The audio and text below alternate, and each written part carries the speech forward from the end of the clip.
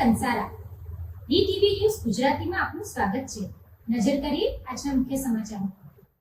અંકલેશ્વર પાનોલી વાયા Umarwada આલોંજ road પર રીસર્ફિંગ અને સ્ટ્રેન્થનિંગની કામગીરી શરૂ કરવામાં આવનાર છે. આ કામગીરીના સુચારુ સંચાલન અને જાહેર જનતાની સુરક્ષાને ધ્યાને લઈ ભરૂચના અધિક જિલ્લા મેજિસ્ટ્રેટ પાર્થ જયસ્વાલ દ્વારા આ માર્ગ પર વાહન વ્યવહાર પ્રતિબંધિત કરી ડાયવર્ઝન આપતું જાહેરનામું પ્રસિદ્ધ કરવામાં આવ્યું છે. આ માર્ગ આગામી 60 દિવસ સુધી વાહન વ્યવહાર માટે બંધ રાખવાનો નિર્ણય લેવામાં આવ્યો છે. આ સમયગાળા દરમિયાન વાહન ચાલકો ગોયા બજારથી અંકલેશ્વર હાંસોટ રોડના વૈકલ્પિક માર્ગનો ઉપયોગ કરી શકશે. આ જાહેરનામાના કોઈપણ પ્રકારના ભંગ બદલ સંબંધિત વ્યક્તિ ગુજરાત પોલીસ અધિનિયમની કલમ 131 હેઠળ શિક્ષાને પાત્ર ઠરશે. આ અંગે કાયદેસરની ફરિયાદ નોંધાશે. Pintu Modi, DTV news, Ankleshwar.